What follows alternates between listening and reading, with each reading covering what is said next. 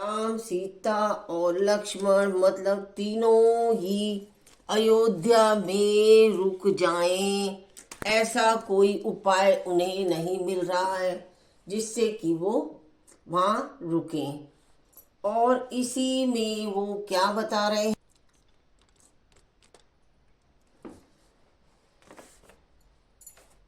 भीड़ राज दरबार के बाहर बड़ी भीड़ हो रही है। सभी को सूचना मिल चुकी है। अपार विषाद का वर्णन नहीं किया जा सकता। सचिव उठाई राव बैठा रे, कही प्रिय वचन राम पगुधारे। सिए समेत दो तन निहारो, व्याकुल वह भूपि भूमिपति भारी। श्री राम जी पधारे हैं। हे प्रिय वचन कहकर मंत्री ने राजा को उठाकर बैठाया। राजा के पास पहुंचे हैं वो महल में। राधे राधे आप सबको। जय श्री राम। राम सीता और लक्ष्मण तीनों राम किसके दशरथ जी के भवन में पहुंचे हैं। दशरथ जी बिल्कुल अपनी सुध बुध भूले हुए पड़े हैं और राजा को सुमन जी ने उठाया और कहा कि राम जी आए हैं। और सीता सहित दोनों पुत्रों को देखकर राजा बहुत ही व्याकुल हो गए। सिय सहित सुत सुभग दो, देखी देखी अकुलाई, बारई बार सने बस राहुल ले जाय लाई। क्या कह रहे हैं। सीता सहित दोनों सुंदर पुत्रों को देखकर राजा अकुलाते हैं और स्नेहवश बार बार उन्हें हृदय से लगाते हैं। दशरथ जी सकई न बोली, विकल नर नाहु, शोक जनित उर दारुण दाहु। नाहि सी सुपद अति अनुरागा, उठि रघुवीर विधि विदा सब तब मागा। राजा व्याकुल है, बोल नहीं सकते। हृदय में शोक से उत्पन्न हुआ भयानक संताप है। तब रघुकुल के भी श्री रामचंद्र जी ने अत्यंत प्रेम से चरणों में सिर नवाकर उठकर विदा मांगी। राजा दशरथ जी से विदा मांगी। पितु असीस आयु सुमोई, दीजे हर्ष समय विस्मय कत कीजे। तात किए प्रिय प्रेम प्रमादु, जसु जग जाई होई अपवादु। हे पिताजी मुझे आशीर्वाद दीजिए और आज्ञा दीजिए। हर्ष के समय आप शोक क्यों कर रहे हैं। हे तात, प्रिय के प्रेम वश प्रमाद करने से जगत में यश जाता है और जाता ही रहेगा। और क्या होगा, निंदा होगी। यहाँ पर निंदा होने लग जाएगी।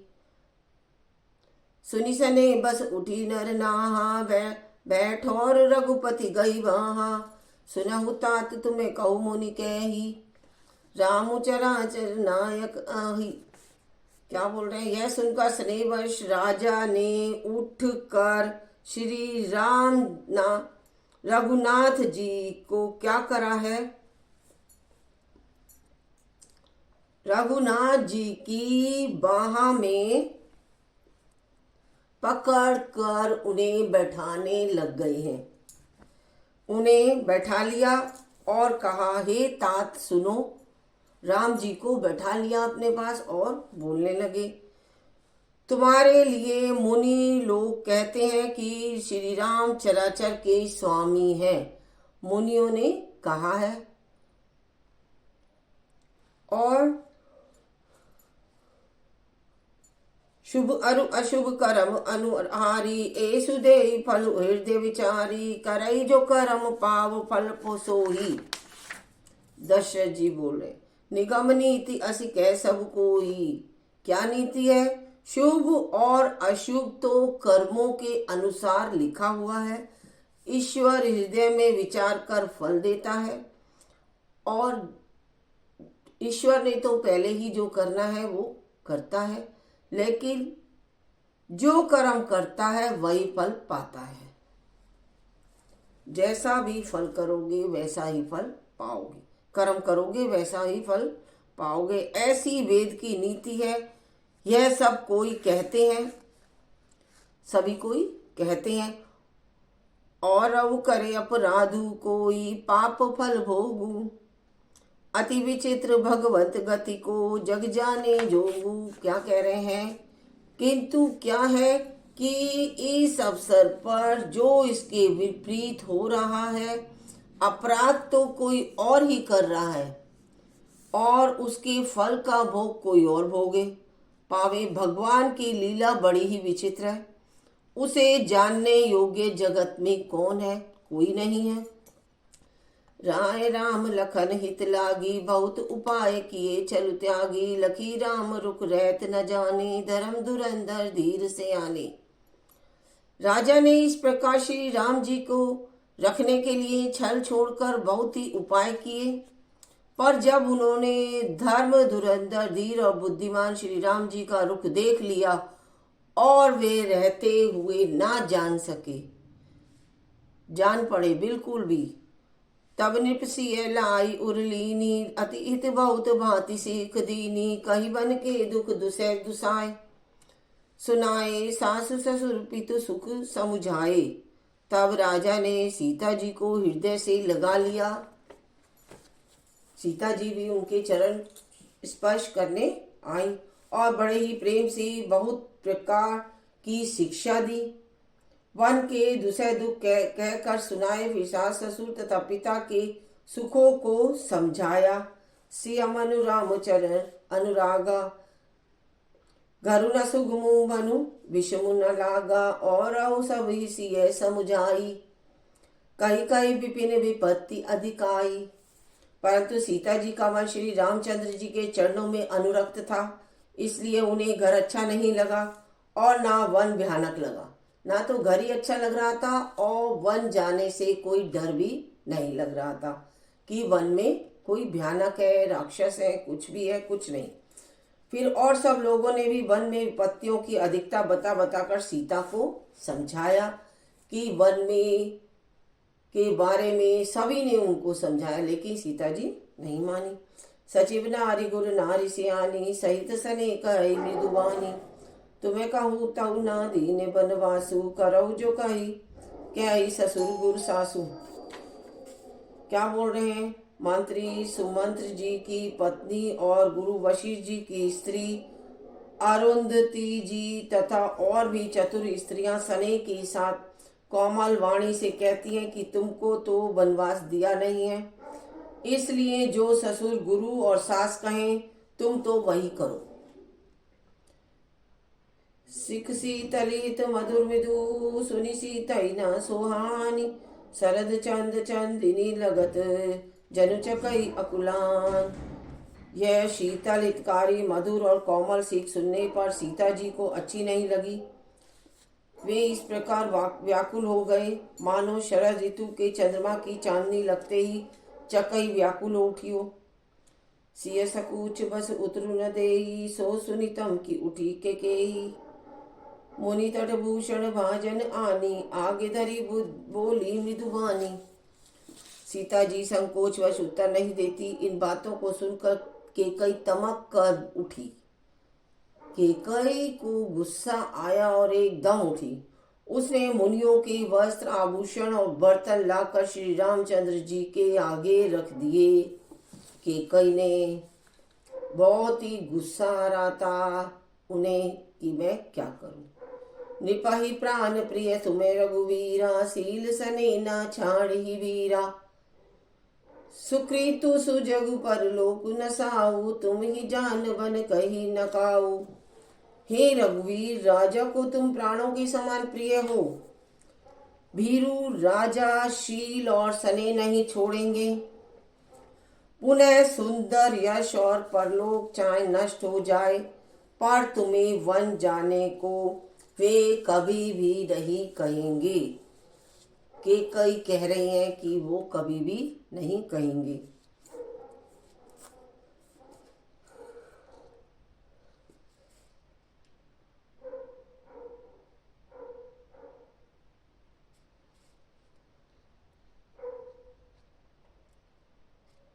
अस विचारी सोई करऊ जो भावा, राम जन सीख सुनी सुख पावा। भूपई बचन बान सम लागे, करई न प्राण प्राण प्यान अभागे। ऐसा विचार कर जो तुम्हें अच्छा लगे वही करो। माता की सीख सुनकर श्री राम जी ने बड़ा सुख पाया। केकई उन्हें सीख दे रही थी, परंतु राजा को ये वचन बाण के समान लग रहे थे, चुभ रहे थे। अब भी अभागे प्राण क्यों नहीं निकलते हैं। लोग विकल मरुचित नर नाहु, का करिए कछु सूझ न काहू। राम तुरत मुनि वेश बनाई, चले जनक जननी सिरु नाई। राम मूर्छित हो गए, लोग व्याकुल है, किसी को कुछ नहीं। राजा जो है मूर्छित हो गए और लोग क्या हैं उन्हें देखकर व्याकुल हो रहे हैं, किसी को कुछ सूझ नहीं पड़ता कि क्या करें। श्री रामचंद्र जी तुरंत मुनि का वेश बनाकर माता पिता को सिर नवाकर चल दिए। सजीवन साजु समाज सबू, बधिता बंधु समेत। बांधे विप्र गुरु चरण प्रभु, चले करी सबई अचेत। सियापति राम जय जय, मेरे प्रभु राम जय जय राम। मंगल भवन अमंगल, प्रभु सुदशरथ अजर बिहारी। वन का सब सास समाज सजकर श्री राम जी, स्त्री सीता जी और भाई लक्ष्मण जी सहित ब्राह्मण और गुरु के चरणों की वंदना करके सबको अचेत करके चल दिए कि सारे के सारे अपनी सुध बुध भूल बैठे। पूरे अयोध्या में शांत हो गया, बिल्कुल शांति सी छा गई, कोई आवाज भी नहीं हो रही। निकसी वशिष्ठ द्वार बैठाड़े, देखे लोग विरह दब दाड़े। कई प्रिय वचन सकल समुझाए, विप्र वृंद रघुवीर बुला। राजमहल से निकलकर श्री रामचंद्र जी वशिष्ठ जी के दरवाजे पर जा खड़े हुए और देखा कि सब लोग विरह की अग्नि में जल रहे हैं। उन्होंने प्रिय वचन कहकर सबको समझाया। फिर श्री रामचंद्र जी ने ब्राह्मणों को मंडली को बुलवाया। ब्राह्मण पंडित जो भी थे उनके मंडली को बुलवाया अपने पास। गुरु सन कही वर्षान सन, दीन आदर जान। विनय बस कीने जाचक दान। मान संतोष मीत मुनीत, प्रेम परितोषे। गुरुजी से कहकर उन सबको वर्षासन यानी वर्ष वर्ष का भोजन दिए और आदर तथा विनय से उन्हें वश में कर लिया। फिर याचकों को दान और मान देकर संतुष्ट किया और मित्रों को पवित्र प्रेम से प्रसन्न किया। दासी दास बोलाई बहोरी, गुरई सौंपी बोले कर जोही। सबके सार संभार गोसाई, कर भी जनक जननी की लाई। फिर दास दासियों को बुलाकर उन्हें गुरुजी को सौंप कर हाथ जोड़कर बोले, हे गोसाई, इन सब की माता पिता के समान सार संभाल देख कर करते रहना। बारही बार जोरी जुग पानी, कहत राम सब सब अनसन विदुबानी। सोई सब भांति मोर हितकारी, जेहि ते जहे बुहाल सुखारी।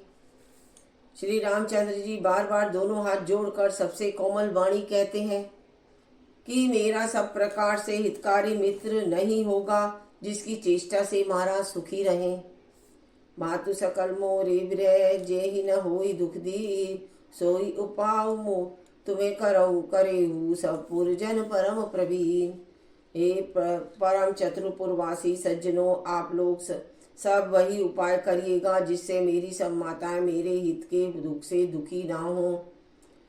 ए विधि राम सबई समुझावा, गुरुपद पद्म हर्षि सिरुनावा। गणपति गौरी गज गिरीशु मनाई, चले असीस पाई रघुराई।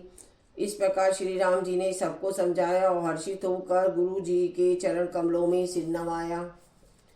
फिर गणेश जी, पार्वती जी और कैलाशपति महादेव जी को मनाकर और आशीर्वाद पाकर श्री रघुनाथ जी चले। सभी का आशीर्वाद लेकर राम चलत अति भेउ विषादु, सुनी न जाई पुर आरत दानादु। कुसगुन लंक अवध अति सोकु, हर्ष विषाद विवश सुर लोकु। श्री राम जी के चलते ही बड़ा भारी विषाद हो गया। राम जी वहां से चले, उसके बाद बहुत ही बड़ा विषाद हो गया। नगर का आर्तनाद यानी हाहाकार मच गया चारों ओर, वो जो कि सुना नहीं जाता था। लंका में बुरे शकुन होने लग गए। यहाँ तो नगर में आर्तदान हो गया, हाहाकार मचने लग गया, और राम जी के महल से निकलते ही क्या हुआ, लंका में बुरे बुरे शकुन होने लग गए। अयोध्या में अत्यंत शोक छा गया और देवलोक में सब खुशी और विषाद दोनों के वश में हो रहे थे। हर्ष इस बात का था कि अब राक्षसों का नाश होगा, और विषाद इसलिए कि अयोध्या वासियों के शोक के कारण था। गई मूर्छा तब भूपति जागे, बोली सुमंत्रु कहन अस लागे, रामु चले बन प्राण न जाही, दई सुख लागी रहत तन माही। मूर्छा दूर हुई तब राजा जागे और सुमंत जी को बुलाकर क्या ऐसा कहने लगे कि राम जी को चले गए, पर मेरे प्राण नहीं जा रहे हैं। ना जाने ये किस सुख के लिए शरीर में टिक रहे हैं। यही ते कवन व्यथा बलवाना, जो दुख पाई तजई तनु प्राणा, पुनि धीर धीर कह नर नाहू, लहर रतु संग सखा तुम्हें जाहू। इससे अधिक बलवती और कौन सी व्यथा होगी, जिस दुख को पाकर प्राण शरीर को छोड़ेंगे। प्राण ही मेरे शरीर में से नहीं जा रहे हैं। फिर धीरज धरकर राजा ने कहा, हे सखा, तुम रथ लेकर श्री राम जी के साथ जाओ। सूटी सुकुमार कुमार दो, जनक सुधा सुकुमारी, रथ चढ़ाई देख राय बनु, फिर गए दिन चारी। अत्यंत ही सुकुमार दोनों कुमारों को और कुमारी जानकी को रथ में चढ़ाकर बन दिखलाकर 4 दिन के बाद लौट आना। वन को दिखाकर 4 दिन के बाद लौट आना। जो नहीं फिर धीर दो भाई सत्यसंध, दृढ़ व्रत रघुराई, तऊ तुम्हें विनय करो कर जोरी, फेरिए प्रभु मिथिलेश किशोरी। यदि धैर्यवान दोनों भाई ना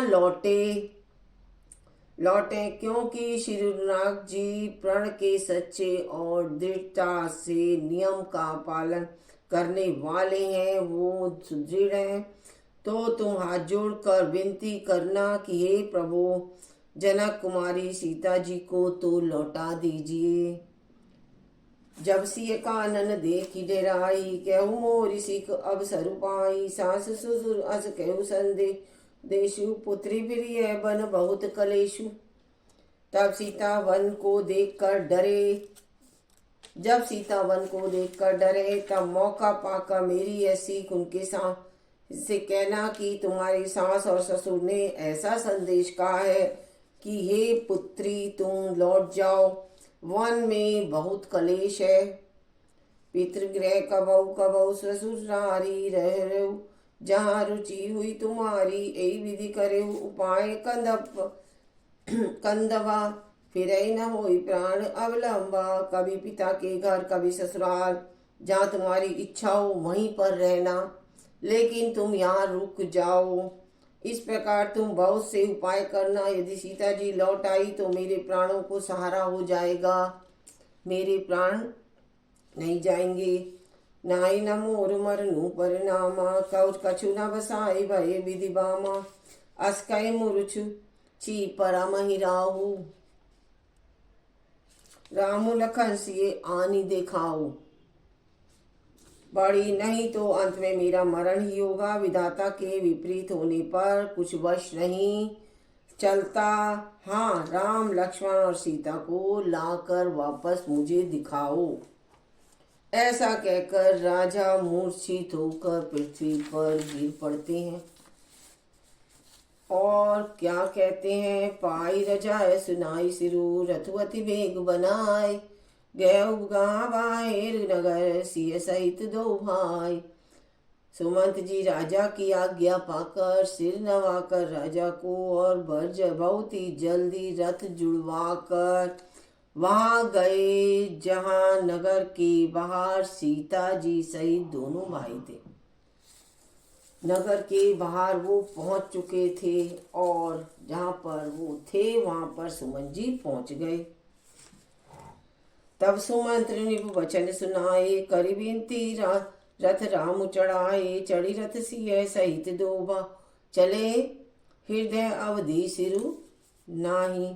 तब सुमन जी ने राजा के वचन श्री रामचंद्र जी को सुनाए और विनती करके उनको रथ पर चढ़ाया, नहीं तो वो क्या मना ही कर रहे थे। सीता जी सहित दोनों भाई रथ पर चढ़कर हृदय में अयोध्या को सिर नवाकर चले। चलत राम लकी अबद अनाथा, अनाथा विकल लोग सब लागे साथा। कृपा सिंधु बहु विधि समझावई, फिरई प्रेम बस पुनि विधि आवई। श्री रामचंद्र जी को जाते हुए अयोध्या को अनाथ देखकर सब लोग व्याकुल हो गए कि अब तो हमारी अयोध्या क्या अनाथ हो गई। उनके साथ ही हो लिए, राम जी के साथ साथ ही चल दिए। कृपा के समुद्र श्री रामचंद्र जी उन्हें बहुत तरह से समझाते हैं तो वे अयोध्या को वापस लौट जाते हैं, परंतु प्रेम वश फिर लौट आते हैं, जाते हैं फिर लौट आते हैं। लागति अवध ब्यावनि भारी, मानव काल राति अधिकारी। गोरु जंतु समपुर नर नारी, डर पई एक निहारी। अयोध्यापुरी बड़ी डरावनी लग रही है, मानो अंधकारमय काल रात्रि हो। नगर के नर नारी भयानक जंतुओं के समान एक दूसरे को देखकर डर रहे हैं। घर मशान परिजन जन भूता, सुत हित मीत मनऊ जम दूता। बाग ने बिटप बेली कुमही लाई, सरित सरोवर देखी न जाई। घर शमशान कुटुंब भूत प्रेत पुत्र हितैषी मित्र मानो यमराज के दूत हों। बगीचा में वृक्ष और बेले कुमला रही हैं, नदी और तालाब ऐसे भयानक हो गए हैं, लगते हैं उनकी ओर देखा भी नहीं जाता। फूल पत्ती सब मुरझा गई हैं। है गए कोटिन केली मृग पुर पशु चातक मोह, पीक रथान सुख सारिका सारस हंस चकोर। सियापति राम जय जय राम, मेरे प्रभु राम जय जय राम। करोड़ों घोड़े हाथी खेलने के लिए पाले हुए हिरन नगर, पशु पपिये मोर कोयल चकवे तोते मैना सारस हंस और चकोर, ये सभी भी बहुत ही दुखी है, पशु पक्षी भी। राम भी ओक बिकल सब ठाड़े, जय तय मन चित्र लिखी काढ़े। नगरु सफल बनु गैवर भारी, खग मृग विपुल सकल नर नारी। श्री राम जी के वियोग में सभी कोई व्याकुल हुआ पड़ा है। जहाँ तहाँ गए थे वहीं के वहीं खड़े रह गए हैं, मानो तस्वीर में लिखकर बनाए गए हों, ऐसे हो गए हैं मूर्ति की तरह बिल्कुल स्थिर। नगर पानों फलों से परिपूर्ण बड़ा भारी सघन वन था।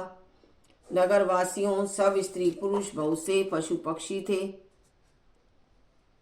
और क्या था, अवधपुरी अर्थ धर्म का मोक्ष चारों फलों की को देने वाली नगरी थी और सब स्त्री पुरुष सुख से उन फलों को प्राप्त कर रहे थे।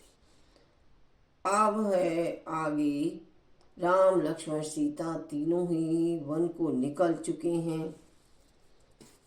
इधर तो ये लोग निकले और उधर अवधपुरी में तो चारों ओर सन्नाटा छा गया और लंका में बुरे शकुन होने शुरू हो चुके हैं, क्योंकि राम जी का देवताओं ने यही ध्याय बनाया है कि राम जी राक्षसों का अब नाश करेंगे। जय श्री राम, जय श्री राम, जय श्री राम।